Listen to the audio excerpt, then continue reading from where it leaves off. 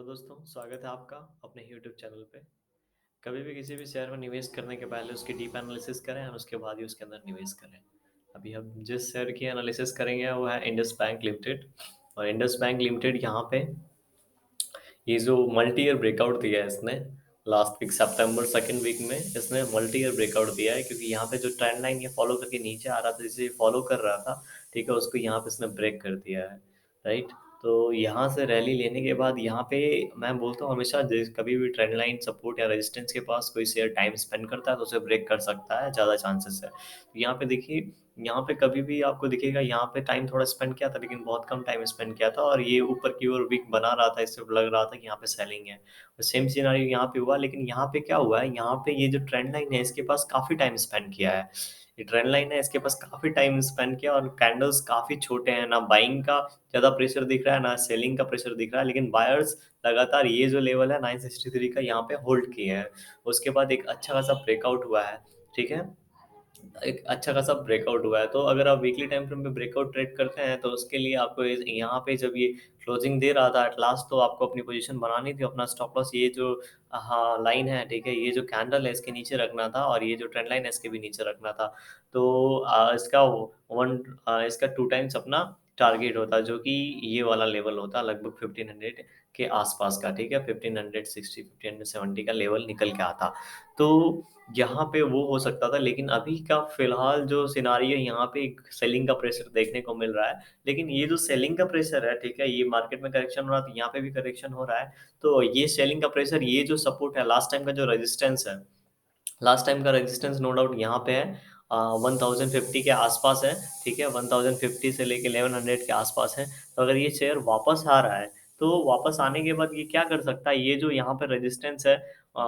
1060 के आसपास, 50 के आसपास का ये जो रेजिस्टेंस जो ना यहाँ से ऊपर की ओर निकल सकता है। ठीक है, ऑलरेडी यहाँ से इसने एक सपोर्ट थोड़ा सा ऊपर की ओर निकला है। ठीक है, लेकिन देखने वाली ये चीज़ होगी अगर ये इसे नीचे ट्रेड करता है। ठीक है, अगर ये आता है और ये जो रेजिस्टेंस, सॉरी, ये जो यहाँ पे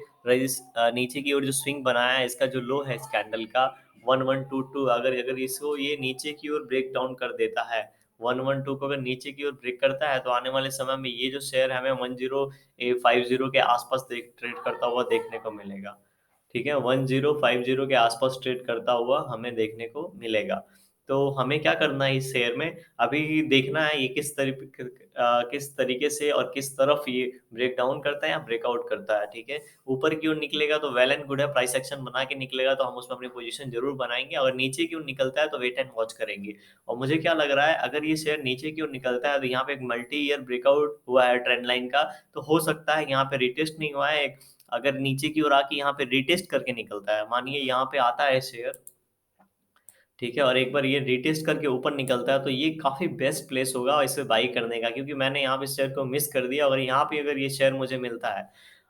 जो जिसकी पॉसिबिलिटी कम है, बहुत नीचे है, ये जो लेवल है 1000 बहुत नीचे है, लेकिन 1000 का जो लेवल है राउंड लेवल है। तो अगर मार्केट में करेक्शन आता है तो यहाँ पे भी करेक्शन आ सकता है, और नहीं आता है तो कोई बात नहीं, ये शेयर यहाँ से ये जो सपोर्ट है यहीं से रिटर्न हो जाएगा। लेकिन ऐसा अगर होता है, अगर ऐसा होता है तो हम क्या करेंगे, ये जो ट्रेंड लाइन है इसके आसपास ही मैं पोजीशन बनाऊंगा, अपने 50% क्वांटिटी में यहाँ पे अपनी पोजीशन बनाऊंगा, क्योंकि ये रीटेस्ट होगा। और अपना स्टॉप लॉस जो रखूंगा ये लास्ट स्विंग के नीचे, यहाँ से लास्ट स्विंग है यहाँ पे, ठीक है, तो इसके नीचे मैं अपना स्टॉप लॉस रखूंगा, लगभग 949 का मेरा स्टॉप लॉस होगा उस समय। और मेरी बाइंग जो होगी वो 980 990, ठीक है, 1000 से आसपास होगी। 50 रुपए का स्टॉप लॉस इसमें लगा के रखूंगा, और जो मेरा टारगेट होगा वो फिर वीकली टाइम फ्रेम के हिसाब से होगा,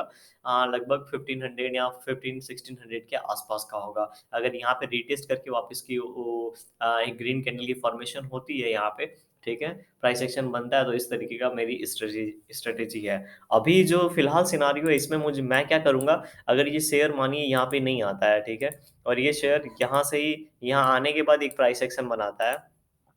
यहाँ पे आता है, ठीक है, और यहाँ आने के बाद प्राइस एक्शन बना के इस तरीके से ऊपर की ओर निकलता है, तो यहाँ पे मैं धीरे धीरे क्वांटिटी ऐड करूंगा। यहाँ पे अगर सपोर्ट पे, ये जो सपोर्ट है यहाँ पे, अगर यहाँ पे ऊपर निकलता है तो 10% क्वांटिटी में अपनी ऐड करूंगा। बाकी की क्वांटिटी कब ऐड करूंगा उसके लिए मैं डेली टाइम फ्रेम पे चला जाता हूँ। ठीक है, तो डेली टाइम फ्रेम पे आपको दिख रहा होगा कि ये यहाँ से सपोर्ट लिया है, ठीक है, यहाँ से सपोर्ट लिया है। अगर ये नेक्स्ट डे जब मंडे को मार्केट ओपन होता है और यहाँ से निकलता है और ठीक है, और ये जो लेवल है 1123 का ब्रेक कर देता है, तो मुझे ये जो ये सपोर्ट के आसपास आ जाएगा, ठीक है, 1100 के नीचे ये ट्रेड करने लगेगा। फिर यहाँ पे जब ग्रीन कैंडल की फॉर्मेशन होगी, यहाँ पे ग्रीन कैंडल दिख रहा है इस तरीके की, अगर यहाँ पे ग्रीन कैंडल की फॉर्मेशन होती है जिसका नीचे से टेल बड़ा होता है, बॉडी ऊपर होती है और क्लोजिंग उसके हाई के आसपास होती है, तो मैं पोजिशन बनाऊंगा 10% क्वांटिटी में। और बाकी की क्वांटिटी में मैं अपनी एंट्री कब लूंगा उसके लिए मैं आपको बता देता हूँ। यहाँ पे एक तरीके का हमें ट्रेंड लाइन दिख रहा होगा, ठीक है, यहाँ पे मुझे एक तरीके का ट्रेंड लाइन दिख रहा है। तो यहाँ पे जब ये ट्रेंड लाइन दिख रहा है, तो ये ट्रेंड लाइन को मैं यहाँ तक स्ट्रेच कर देता हूँ, और जब बाद में ये जब शेयर यहाँ पे स्लोली स्टडी ऐसे नीचे आके ऊपर क्यों निकलेगा और यहाँ पे ब्रेकआउट देगा, ठीक है, क्या होगा, यहाँ पे ग्रीन कैंडल बनाएगा, अच्छा खासा ग्रीन कैंडल बनाएगा, स्ट्रॉन्ग ग्रीन कैंडल से ये जो ट्रेंड लाइन है इसका ऊपर ब्रेकआउट देगा, ठीक है, जिसका वो जो कैंडल क्लोज जो कैंडल यहाँ पे बनेगा, ब्रेकआउट कैंडल होगा, उसका जो हाई है उसके क्लोज के आसपास होना चाहिए। ये बात का ध्यान दीजिएगा, ठीक है। तो उस कैंडल के नीचे मेरा स्टॉप लॉस रहेगा, और यहाँ पे लगभग मैं 25% क्वांटिटी इस शेयर में बनाऊंगा, ठीक है, 25% क्वांटिटी में यहाँ पे पोजीशन बना सकते हैं।